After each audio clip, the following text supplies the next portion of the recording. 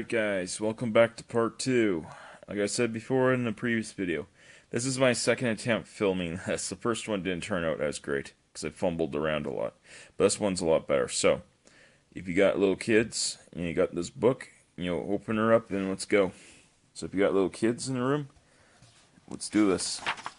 Or if it's late at night, and you just want to listen to something, like an audiobook, that's good for you.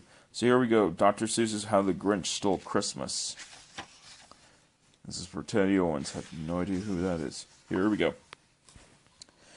Every Who down in Whoville liked Christmas a lot. But the Grinch, who lived just north of Whoville, did not. The Grinch hated Christmas, the whole Christmas season. Now please, don't ask why. No one quite knows the reason. It could be his head wasn't screwed on just right. It could be perhaps that his shoes were on too tight. But I think the most likely reason of all may be that his heart was 2 sizes too small. But whatever reason, his heart or his shoes, he stood there on Christmas Eve, hating the Who's, staring down from his cave with a sour, grinchy frown at the warm lighted windows below in their town. For he knew every Who down in Whoville beneath was busy now hanging a mistletoe wreath. And they're hanging their stockings, he snarled with a sneer. Tomorrow is Christmas, it's practically here. Then he growled with his grinchy fingers nervously drumming. I must find some way to stop Christmas from coming. For tomorrow, he knew, all the Who girls and boys would wake up bright and early. They rush for their toys. And then, oh, the noise, noise, noise, noise, noise. That's the one thing he hated. All the noise, noise, noise, noise. Then the Who's, young and old, would sit down to a feast. And they'd feast, and they'd feast, and they'd feast, feast, feast, feast. They would feast on Who pudding and Who rare roast beast, which was something the Grinch couldn't stand in the least. And then they'd do something he liked least of all. Every Who down in Whoville, the tall and the small, would stand close together, and with Christmas bells ringing, they'd stand in hand, and the Who's would start singing. And they'd sing, and they'd sing, sing, sing, sing. And the more the Grinch thought of the Who Christmas singing, the more the Grinch thought, I must stop this whole thing. Why, for 53 years I put up with it now. I must stop this Christmas from coming. But how? Then he got an idea. An awful idea. The Grinch got a wonderful, awful idea. I know just what to do, the Grinch laughed in his throat. He made a quick Santa Claus hat and a coat, and he chuckled and he clucked. What a great Grinchy trick. With his coat and his hat, I look just like Saint Nick. All I need is a reindeer. The Grinch looked around, but since reindeer were scarce, there was none to be found. Did that stop the Grinch? Ha! The Grinch simply said, if I can't find a reindeer, I'll make one instead. So he called his dog Max. Then he took some red thread, and he tied a big horn on top of his head. Then he loaded some bags and some empty sacks on a ramshackle sleigh, and he hitched up old Max.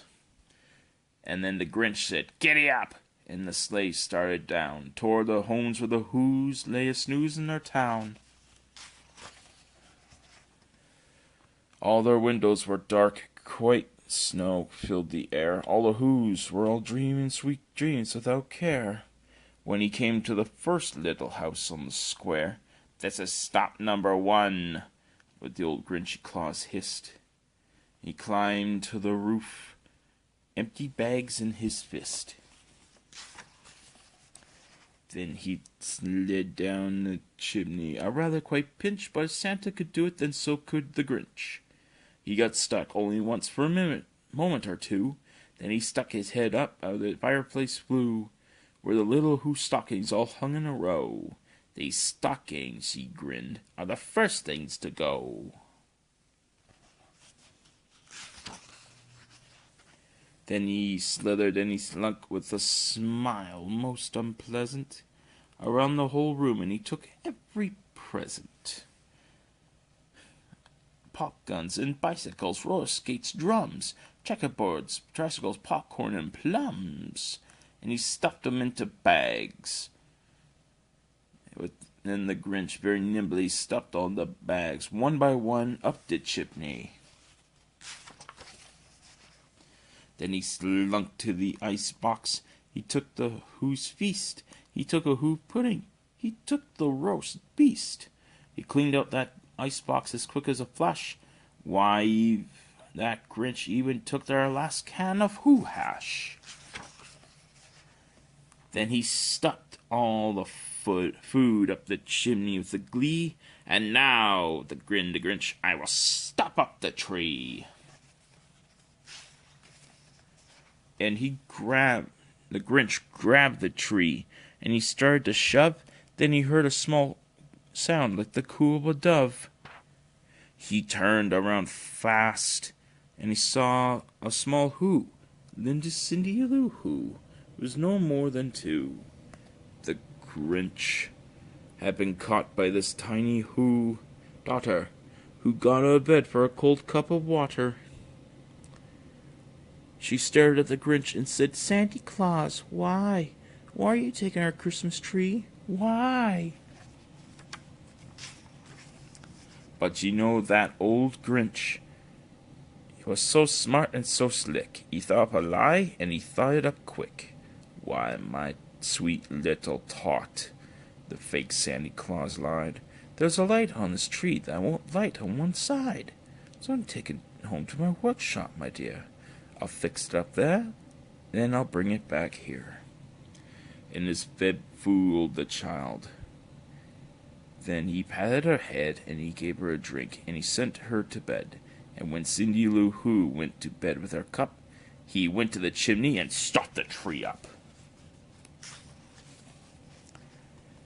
Then the last thing he took was the log for their fire. Then he went up the chimney, himself the old liar. On their walls he left nothing but hooks and some wire. And the one speck of food that he left in the house was a crumb that was even too small for a mouse. Then he did the same thing to the other Who's houses, leaving crumbs much too small for other Who's mouses. It was 1:15 dawn, all the Who's still abed. All the Who's still a snooze when he packed up his sled. Packed it up with their presents, the ribbons, the wrappings, the tags, and the tinsel, the trimmings, and the trappings. 10,000 feet up the side of Mount Crumpet, he rode with his load to the tip-top to dump it. "Pooh-pooh to the Who's," he was grinchiously humming. "They're finding out now that no Christmas is coming. They'll just wake up, and I know what they'll do. The mouths will hang open a minute or two, then the Who's down in Whoville will all cry, boo-hoo." "That noise," grinned the Grinch, "that I simply must hear." So he paused. The Grinch put his hand to his ear, and he did hear a sound rising over the snow. It started low, then it started to grow.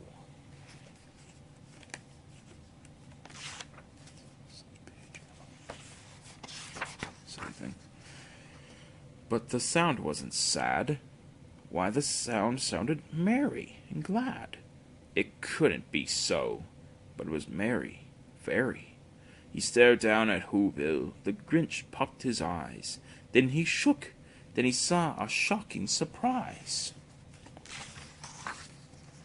Every Who down in Whoville, the tall and the small, was singing without any presents at all. He hadn't stopped Christmas from coming. It came, Somehow or other, it came just the same.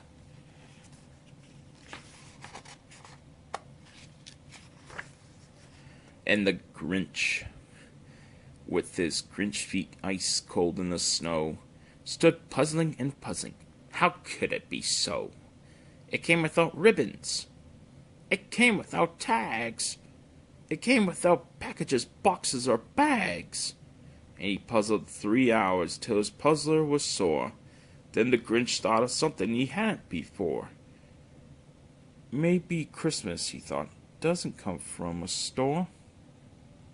Maybe Christmas perhaps means a little bit more. And what happened then? Well, in Whoville, they say that the Grinch's small heart grew 3 sizes that day. In a minute his heart didn't feel quite so tight. He whizzed with his load through the bright morning light, and he brought back the toys and the food for the feast, and he